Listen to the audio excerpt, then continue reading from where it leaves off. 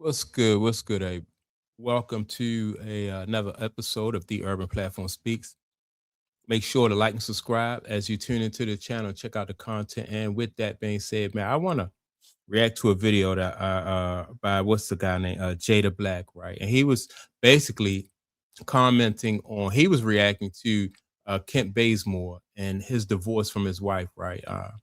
And you see this happening like a lot of times when these NBA guys retire from basketball. That's when they seem to like, the wife want out of the marriage, and so she'll leave and get, child support, alimony, and stuff like that, right?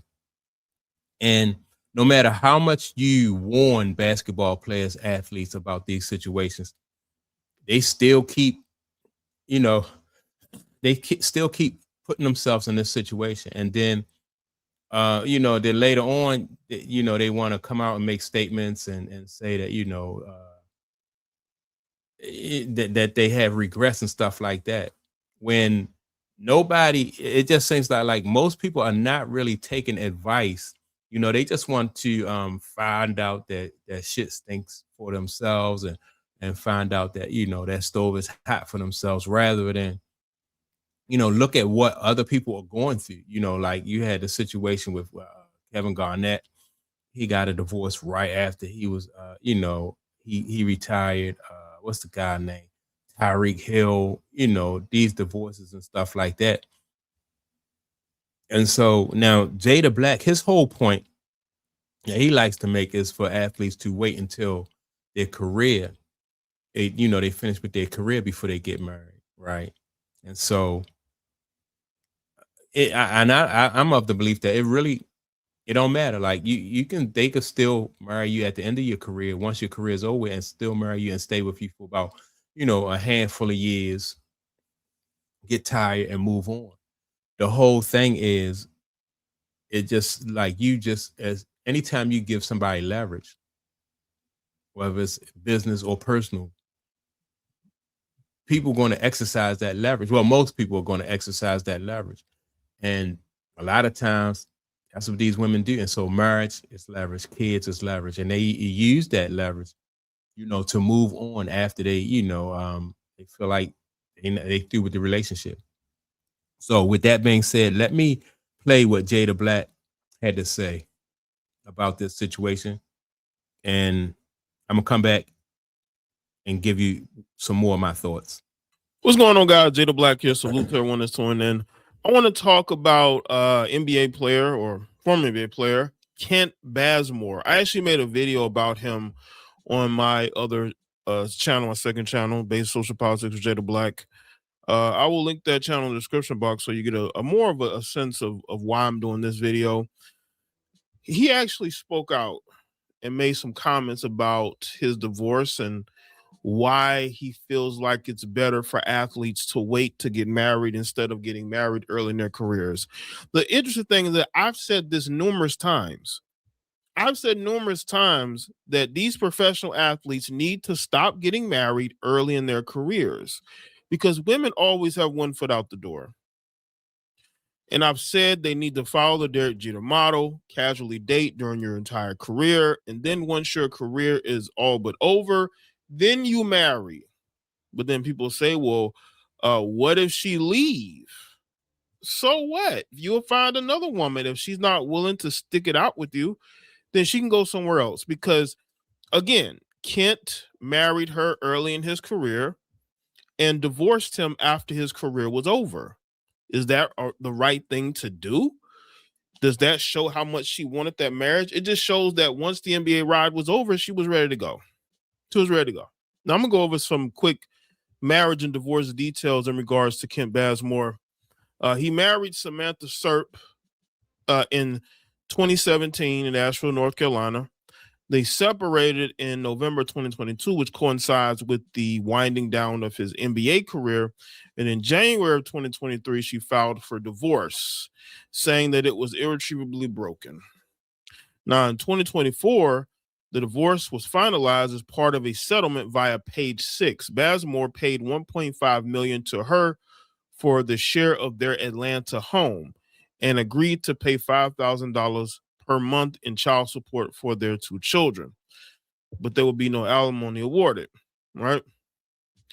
You see, for this marriage to have only lasted 5 years, for a guy that worked hard to make sure that the family had things and that she had things, for her to wait until his career was over to divorce him is crazy to me. That's why I say, why do women pressure men to marry them and only to divorce them, especially when it comes to professional athletes?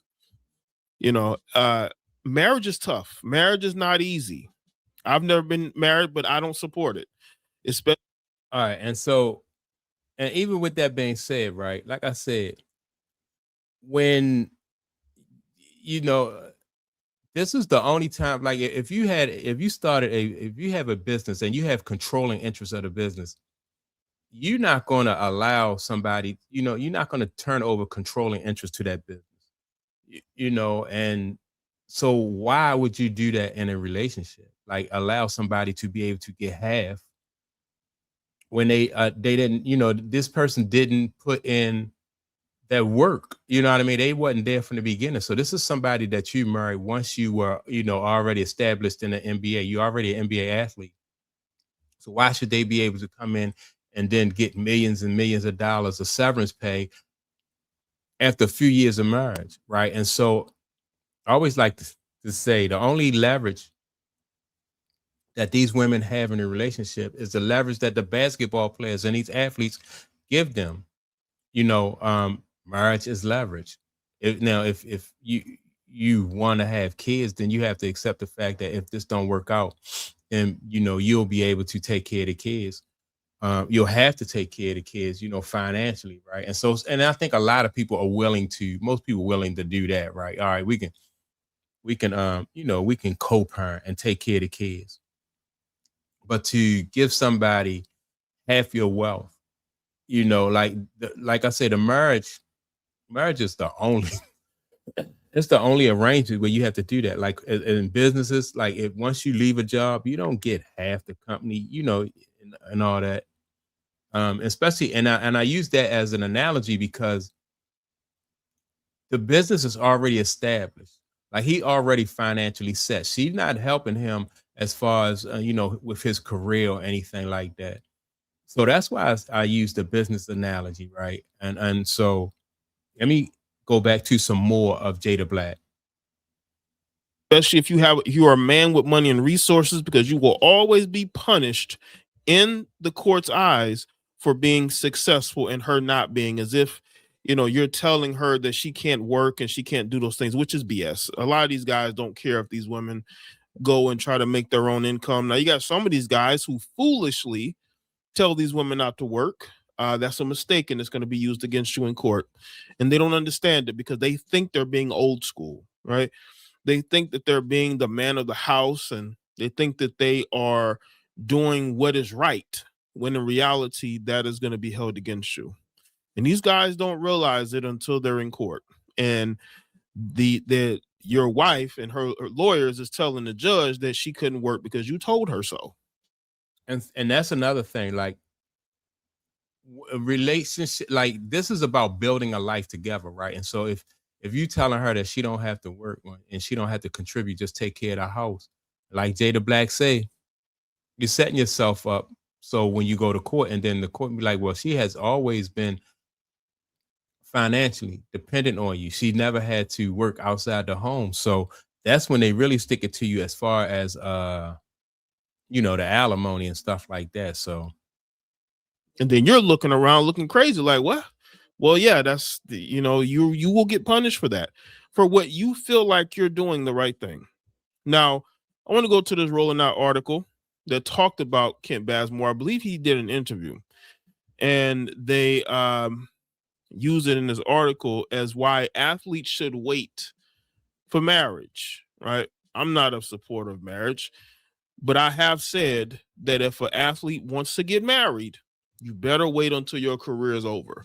Because if you marry her early in your career, and then once she retires, she's out of there. She because she's there for the ride. And once the ride is over, she wants to cash out and leave. Now, according to the Roll Now article, a one I wonder what is his reasoning for waiting until, because like I said, they can still, even like, because once you retire from the NBA, most people retire, they might be in their 30s, their early 30s, right? And that's still young for both of them, right? And so she could just hang out until she get, like 40 years old. So I just think that is, no matter what age you at, I think it's just, it don't make any sense to give people leverage. And that's what marriage do. It just gives them leverage. $0.5 million settlement, as I spoke about, and a timeline that still bothers him more than the number. Former NBA guard Kent Bazemore is speaking candidly about the price he paid both emotionally and financially in his divorce from Samantha Serp and what it taught him about timing marriage around a professional sports career. Serp filed for divorce in January 2023, listing the November 23rd, 2022 as a couple separation date, just as Bazemore's playing career was winding down. The two had married in 2017 after signing a prenuptial agreement and shared 2 children. The divorce was finalized in 2024. According to court documents, Bazemore paid Serp $1.5 million for her share of their marital home in Atlanta, a payment that came from a quitclaim deed transferring her interest into the property fully to him. Serp retained ownership of a 2019 Mercedes 50, while Bazemore kept several vehicles, including a Porsche, an Audi, and a Dodge Ram. Now the Look, and so they had a prenuptial agreement, and she still, made out. That's why I say, if if he not married her, right, and they were working to build a life together, because you just can't, like, within 2 or 3 years, like, it takes time to build a life together. And so you just can't right off the bat say, oh yeah, I'm just going to take care of this person and make sure they don't have to work and all this other stuff. She didn't have anything to lose, you know what I mean? She did, because she never put anything into it. And so that's why these athletes continue to fall for this. um and you see these athletes every year. It's a different athlete. Like I said, it's a Kevin Garnett, Tyreek Hill, this guy right here, Bazemore. They just don't listen until they find themselves in this situation. And then at the end of your career, when your basketball career is over, you're not getting those checks no more. That kind of money hurt. Losing half of everything, because now that's money that you think that you're going to invest, and money that you're going to live off of. But then somebody takes that, half of that, and then go and do what they want to do with it. So these, they just never learn, man. So that's my take on it. Make sure to like and subscribe. Also, don't forget to leave a comment. And with that being said, I'm gonna check y'all out in the next video. Peace.